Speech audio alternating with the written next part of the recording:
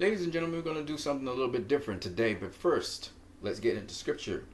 Matthew chapter 23, and it says, "None of you should be called masters, for one is your master, even the Messiah. But he that is the greatest among you shall be your servant. And whoever shall exalt himself shall be abased, and he that humbles himself shall be exalted."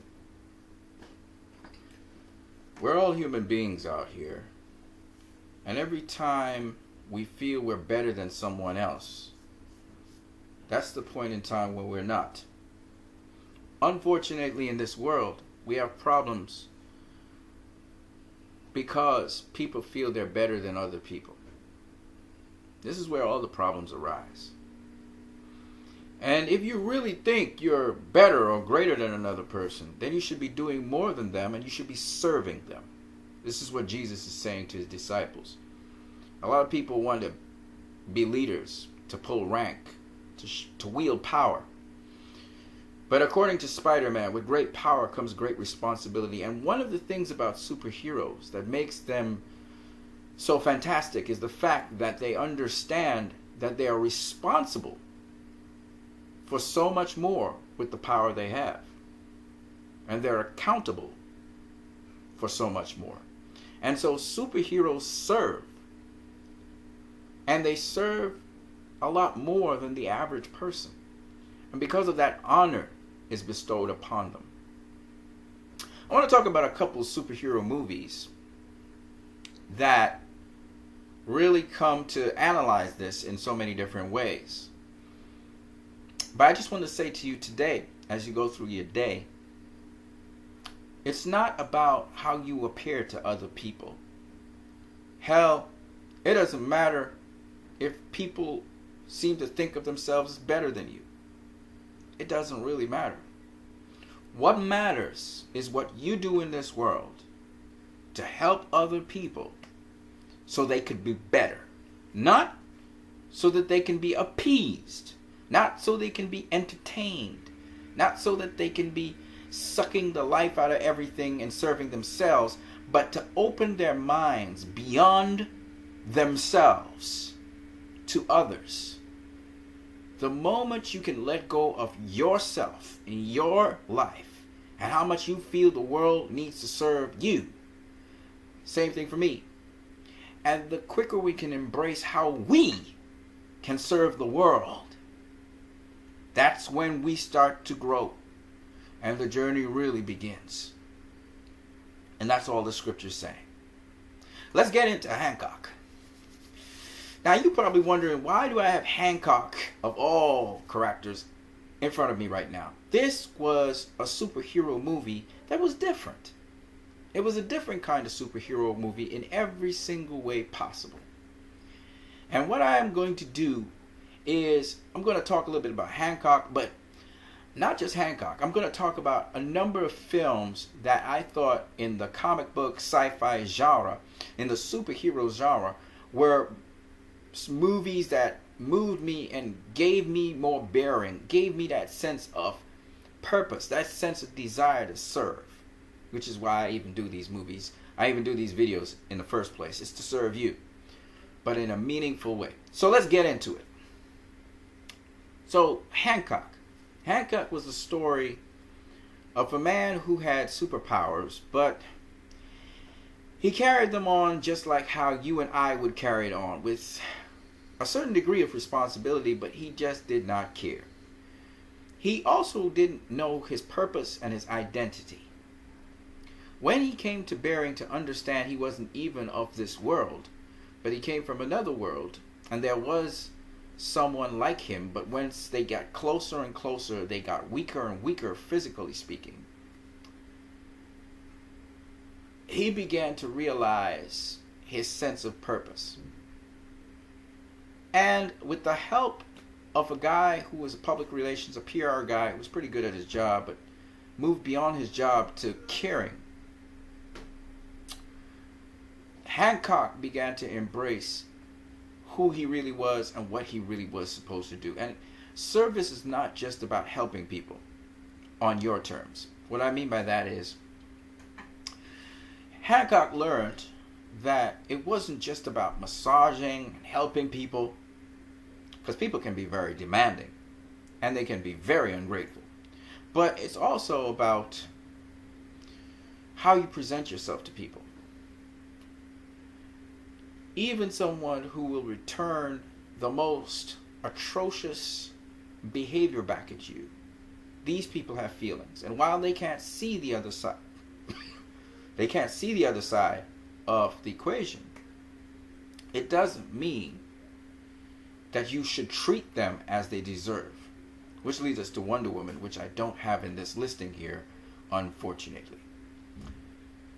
But Hancock was that kind of movie that not only was it emotionally gripping you, even though it was more of a comedy kind of movie. It wasn't really much of an adventure, but it was kind of comedy kind of movie. But it also was edgy.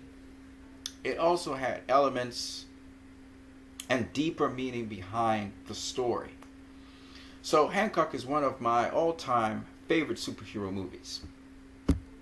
Another all-time favorite of mine is Unbreakable. Unbreakable is all about paradox. And this movie did not behave like if it was a superhero movie, which is what I liked most about it. And in the superhero genre, I think a lot of actors don't want to play superheroes, or they don't want to play a superhero movie because it's so bland. And people have this impression that superheroes are really for kids, kind of like Santa Claus or the Tooth Fairy. And I can understand, because the way how superhero movies are treated, generally speaking, remind me of a Walt Disney flick. Sorry, no disrespect to Walt Disney. They do very well with their animated series and everything, but it's very predictable. You have to be super duper naive to really follow it and enjoy it. And it doesn't seem to bring anything new to the table that you don't know about as an adult, especially going through life, experiencing certain things. It doesn't feel relatable like that. Now, for people who like that kind of entertainment, that just want to relax, sit down, enjoy a flick, and leave, those people will enjoy it. And generally, masses enjoy these kinds of films. I, on the other hand, don't like the typical superhero mold. I grew up watching superhero movies, and they inspired me when I was younger, but I was tired of seeing the same kinds of tropes over and over and over on the screen. So Unbreakable was different. And when you would not know it was a superhero movie until after coming down to the end, you realize it is a superhero movie. And I love the tropes. Mr. Glass, the opposite of the guy who was very strong and basically he had very powerful bone structure. Almost like, the Wolverine, all those other guys. And for me, Unbreakable was a paradigm shift in that I began to realize that superheroes can translate into everyday life, because this film was able to do that, not necessarily in a physical sense, because this movie explored the psychology of the people, not so much the physicality. But in the psychological sense, you can be a superhero in the world by the ideas you espouse, by the values you have. That is where the honor and virtue comes from. And even though people may not recognize you as a superhero, very much like most of Unbreakable, these values can be the cornerstone of why you do not use your abilities, you do not use your skills, you do not use your intellect for evil. So for me, Unbreakable was an incredible story, and the way how it was written and the way how it was carried out was just beautiful, and I still enjoy it to this day. So Unbreakable is bred Split, and Split is in Unbreakable's world, yet Split is a movie, a psychological sort of thriller, and that's what makes Split cool. But it's nothing, there's nothing supernatural, I think, about Split. I don't know, I haven't seen it yet. This movie was a paradigm shift for me. Now, this movie I saw after Batman and Batman Returns. It's a very gothic, very, very gothic film. It just had a tremendous impact on me, quite frankly. Brandon Lee, of course, died in the making of The Crow, unfortunately. But What I liked about it was this was not a superhero flick. Actually, this was an anti-hero flick. It was opposite, obviously about vengeance and about finding out what happened. It was more of a film noir, sort of gothic, almost having some horror elements in it. I just enjoyed it. I really did enjoy it. Arnold Schwarzenegger was on the scene. He was the guy, the Terminator, I'll be back, and on all that stuff. But The Crow as a comic book was very, very dark, but yet at the same time, you really did enjoy it in that time and that era. It's very Pulp Fiction-y. What did I really enjoy about The Crow? What did I take away from it? Even though Brandon Lee's character was going in for vengeance and so on, he still didn't know what exactly happened, and he was piecing together the story. And when the final bits and pieces of the story finally were brought together so that we could understand the story fully, and then he could be at peace and go in his grave and rest, the simplest of things, the little child in the story, it came down to simple thing that the child would take with it. And I thought that there was something very sincere about the take-home message of the story, in spite of all of the bloodshed and goriness, that really was a non-violent kind of guy who turned to violence for revenge. And very much like the Gladiator, an observer who had very little to do with the story really, but who observed the whole thing from beginning to end and walks away changed but yet resolved to not embark on that kind of course of action, not embark down that dark pathway. And of course, the road in The Crow, the road walked was a horrible road for most of the characters in The Crow. So this is kind of like The Crow is kind of like Desperado. It's kind of a movie like that. It's kind of like the Wild West movies where a guy comes into town, you don't know too much about him. I'm trying to remember it. I'm trying to remember the name of the film right now that Clint Eastwood did.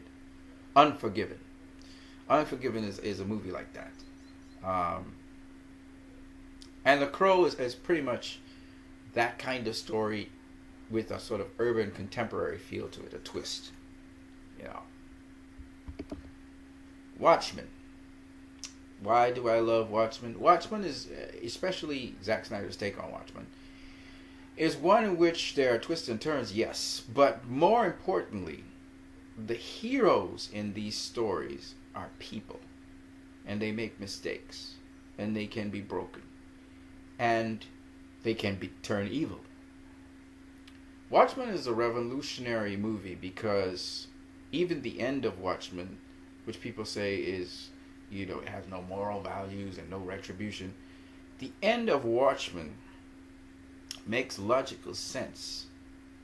Ozymandias achieving his objective, though the how he did it was so evil and destructive. And Dr. Manhattan, they come to a resolution, they come to peace, and Dr. Manhattan leaves, of course, the Earth. Now, as much as people didn't like Watchmen, it appealed to me because it made sense. Everything that was going on made sense to me. And in truth, for the world to come together, it would take something of epic proportions, a disaster, a threat to mankind, for the world to straighten up and come together. And you see this anthem throughout comic book land. So I thought that, yes, Zack Snyder got Watchmen correct in that regard. He was also able to paint a picture, something like Hancock. He was able to paint a picture that superheroes can sometimes, the ideals that you aspire to them as you get closer to them, you realize they don't really have those ideals. And some superheroes were so broken and so traumatized by the fact of what they saw that they actually turned pretty much south quite a lot. So it was a very interesting story, especially the different characters that played out in this story. Spider-Man. Now, why is Spider-Man even in this listing? Because of Tobey Maguire, because of the story that was given by Sam Raimi. I didn't say Spider-Man 2, I said Spider-Man. Now, some people say, oh, the Green Goblin this. I don't look. I look at story first. And the story was fantastic. And the way how Spider-Man ended, where he couldn't tell his best friend that his father had died tragically because of his father trying to kill him, I thought was just fitting. And it ended at a gravesite as well.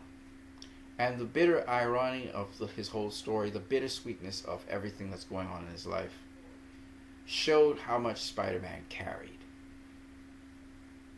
And usually superhero films, they don't have this cost that's associated with the superhero. So until that point, we hadn't seen superhero movies where there was a cost involved, and this movie captured that. And Tobey Maguire sold it, and that's why I love Sam Raimi's Spider-Man. You can go and watch that thing over and over and over again, because with great power comes great responsibility. The same thing I was telling you about that the scripture talked about. Man of Steel pretty much follows along the lines of Spider-Man. The only difference is that in this case, we learned so much more about Superman's past, and we learned how he actually had certain morals formed into his being. And how his responsibility in this case, he didn't choose it. It was thrust upon him somewhat. And so he had to be the Man of Steel at an hour when the whole world needed him. So, and he didn't pick to do that. He was pointed out. He was picked out of a crowd by General Zod. So it was a very interesting story in that regard, and showed his love for a people he had adopted. He had come to not fully embrace necessarily, but he embraced because he was kind of an outsider because of his abilities, and later on people who would vouch for him and protect him. So it was pretty impressive, this story, especially when we're looking at the flashbacks and then we come to the present time where we know the people of Smallville know he's Superman. And he's easy. He straight up tells the priest, I'm that guy. The priest gulps. So, kind of like a secret in Smallville, but, nobody talks about Clark Kent like that. He's kind of weird, but they don't really go there with him. So I thought it was very interesting, and it reminds me of course, the television Smallville series that ran from 2002, I think it is, all the way up to 2011. Yes, with Tom Welling. I really love that TV series, and I really love this movie for that. Of course, it involves a lot of other things, but we'll go into that some other time. Batman v Superman is the continuation of Superman's journey, basically, and just what I was telling you, responsibility again.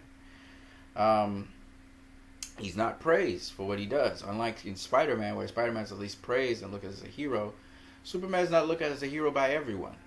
And least by Batman. Batman has a very bad experience with him, according to Ben Affleck, who was talking to Entertainment Weekly, and he basically thinks that Superman must be silenced, not only for the bad experience he's experienced, but just the continual bad reports in the news we're hearing about Superman. He seems to be a maverick, going crazy, and he's going to kill people, and then he kills more people. So Ben Affleck's like, nah, you got to stop this guy before he kills a lot of people, right?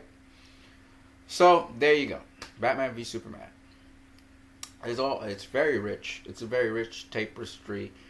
Again, superheroes that are not necessarily just become a hero and everything's bright and sunny and gay and I'm a superhero and I'm saving the world, I'm saving people. No. You can save people. You can even save the world. Just like at Hancock again. You can save people, save the world, and people still reject you. They still hate you. They still have things against you because they feel you are the cause of certain things happening to them that are negative. So, I mean, it was a very good movie. And then, again, seeing a superhero now, kind of on the dark side, and he seems to be turning to the dark side, and he's almost a criminal now. He's almost a criminal, which is why a lot of people say, well, Batman, he was the Punisher in this movie. Well, you're supposed to get that impression because Batman's changing from the values. He's wandering away from his moral pathway. I think once Ben Affleck said that, this guy, he's messed up, he's screwed. Zack Snyder sold to him, he's messed up, he's screwed, and he's morally almost on the point of bankruptcy. He was like, yeah, I can do that. That's Ben Affleck. That's basically what Batman was in this movie, which is, it's not Superman. Superman wasn't at the point of moral bankruptcy. And I think a lot of people, what they don't get, and I think some people were talking about this actually, we weren't particularly seeing Superman's point of view in Batman v Superman. We were basically seeing the world's point of view of him. And not everyone hated Superman. It was just the loudest mouths were talking about the controversy of the world, as political controversy, and, then there was all these lies about him destroying people, killing people, destroying areas, which weren't true. So he was a controversial figure, very much like how Jesus was a controversial figure back in the day. And so basically, Batman v Superman wasn't a depressed person. When we were seeing him helping people and stuff and even smiling, he wasn't depressed, okay? The only point in time when Superman actually was depressed. In fact, Superman sometimes found life to be a little bit complicated. The music and stuff in the movie is heavy. But Superman wasn't depressed in that movie, just for people to know. When he went to he was concerned, because he would listen to the media talk about him. He still would help people and all stuff. And help people deliver cats out of trees, apparently, according to Bruce Wayne. But it seems as though the world they still had question marks about him, especially what happens if this guy can do whatever he wants. And the tone was set in Man of Steel, where he said to the general, he said, now you're afraid of me because you think you can't control me, and you won't. But that doesn't mean I'm your enemy, Right, so anyway. Yeah, I like this movie for so many different reasons, and it's pretty deep. It's a work of art, I would say. So it combines things from Hancock and Watchmen and Spider-Man and Unbreakable. To me, Batman v Superman really encapsulates quite a lot. That's why it's the number one superhero movie for me. I don't even think Justice League will pass it. Blade was revolutionary in the sense that here we had, again, another superhero or anti-hero, because he was mostly an anti-hero, who this time he had to fight against his inner demon. His inner demon was that he always thirsted for human blood, and he would always thirst for human blood for the entire of his life, yet this guy was the guy to fight vampires.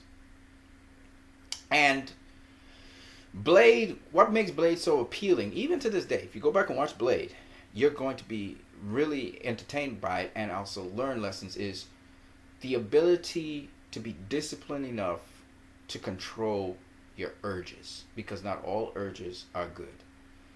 And sometimes you have the urge to want to silence a person or tell them to shut up or be very uncouth with people. And you have to have that discipline to allow yourself those emotions to rise up and fall back down. So Blade is an interesting story in that respect. It not just shows you action and violence and stuff, but it also speaks on the level of discipline. This is the cornerstone of Blade. X-Men.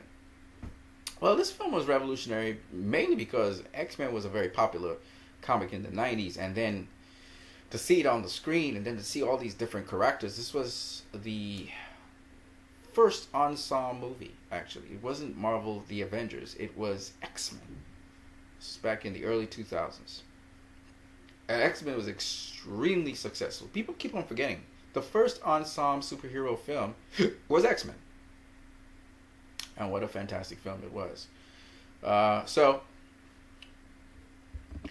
of course, Captain America, the First Avenger. This is, bar none, one of the most incredible films for me. I identify with the character very much, his intentions, the kind of person he was. While Captain America didn't have tremendous character development, or you don't really have a tremendous swing in the arc, it is still a movie that, to in my opinion, is still revolutionary in so many respects. I think of I can't remember what the name of the movie is, but it has the name something Button. I can't remember where this guy was growing backwards. He was becoming younger.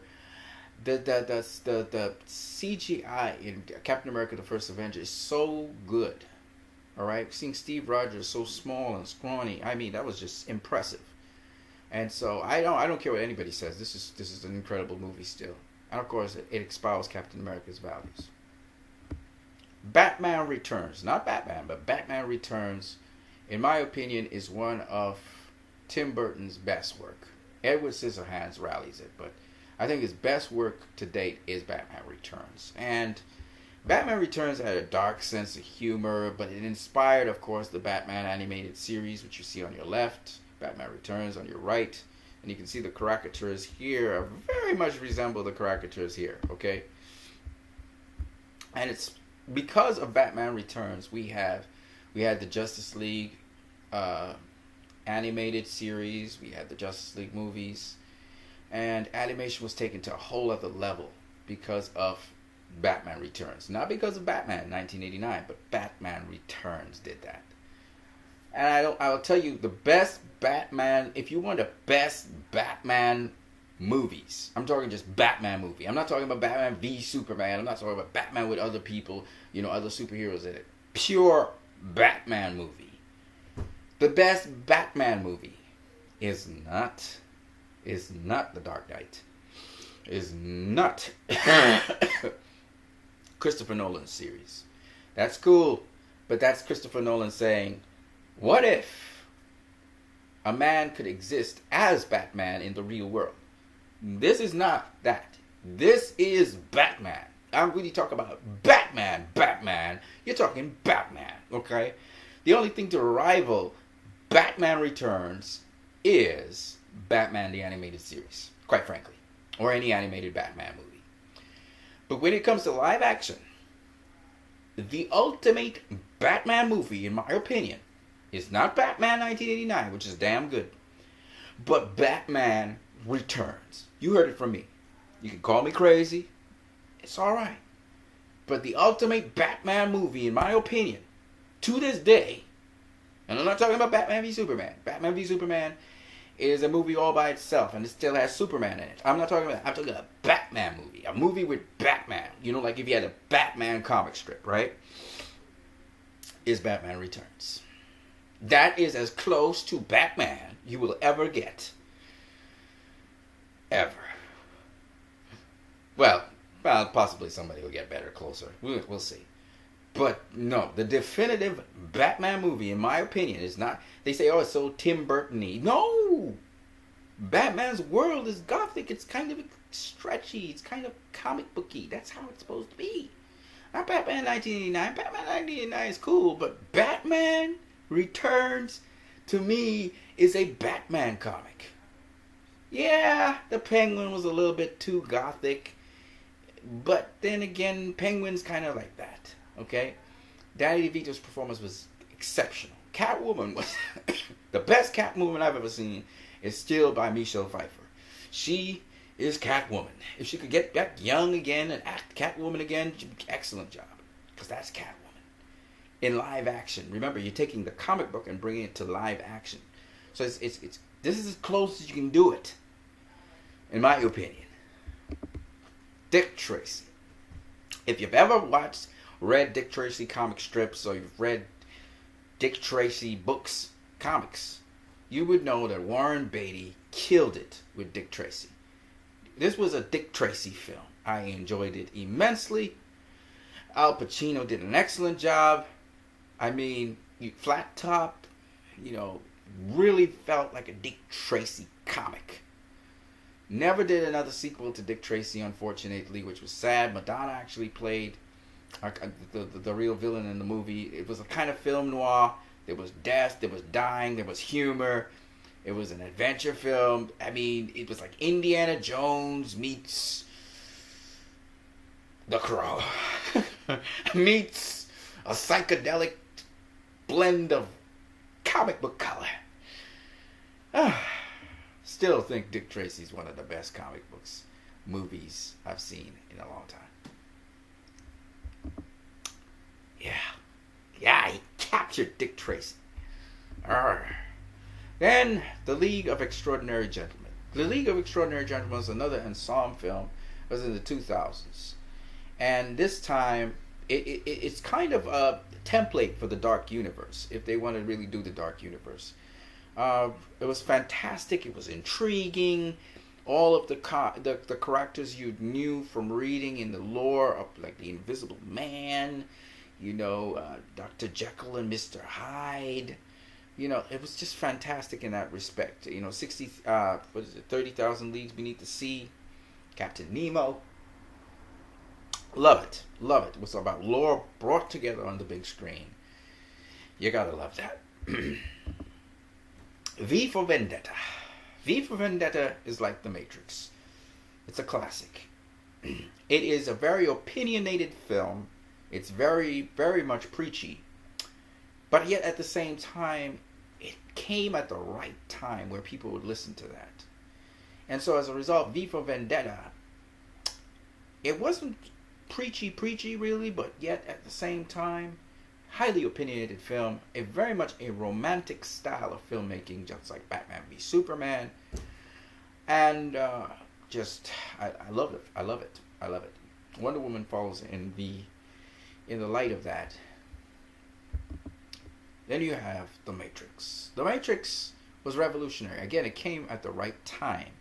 Now looking back at The Matrix and the technology that's there, it seems a little bit archaic, but nonetheless, it's a film that really changed people's perception of the world and opened their eyes to what was going on around them. And that was the whole point behind it.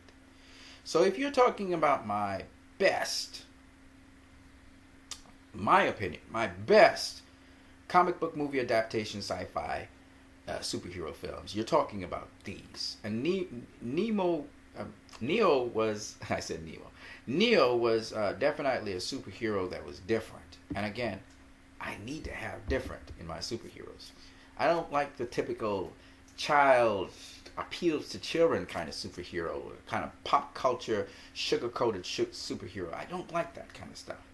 So if you know all of these films here, I suggested to you, they have twists, they have some depth to them, they have some substance to them, and they're entertaining at the same time. And a lot of these movies, again, The Matrix is an opinionated film. It's a romantic film, okay? It's not a naturalistic film. So it's strong opinions being portrayed on the screen, what certain people believe. And if you look at almost all the films I talked about, V for Vendetta, not this one, not Dick Tracy, not Batman Returns, Captain America, not an opinionated film, but yet emphasizing on certain values nonetheless. Not Blade, Batman v Superman, Man of Steel, Spider-Man in a much more organized way, Watchmen, The Crow. All right, all those films there are opinionated films, okay? But almost all the films I just mentioned to you, they always have a twist, a lot of twists to them. Meaning, it's not the superhero genre. It's not just about accepting a superhero and just going with that. Nah.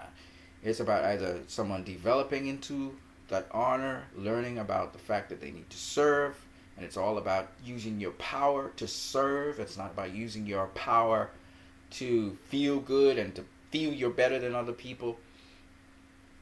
No. And even Hancock had to learn that. Whereas the average person can be a dick and can be an idiot, Hancock had to rise above that. He had to rise above retaliating against other people. And so I just believe that if you're going to make a movie, especially a superhero movie, and appeal to me and get me to go watch it in the cinema, you got to come really good. You got to come good, because these are the kinds of movies I've looked at that I thought were superhero movies, because they had something to offer you. They had substance. And I don't care. some of them you can't let little kids see. But my point is, I don't care that it's for kids. It must have substance. And the only other film I didn't put on this listing here, which I have to put on the listing, is Wonder Woman. Wonder Woman has done a whole lot. It's a movie that it's done a whole lot. I just didn't put it out of my listing, but it should be here. Okay, so Wonder Woman is another one, and you leave your list of superhero, sci-fi, comic book adaptation movies that you think I may have missed out that you would have added to this list, or what movies you think on this list you wouldn't have on this list, and you would have your own list. You can go ahead and leave it in the comment section below. Remember, I was not a guy reading comic books all my life. I started getting back into them only recently, since Batman v Superman. It was last year I actually got back into comic books. I wasn't reading comic books for a long time. Okay, I didn't even watch comic book movies for a long time.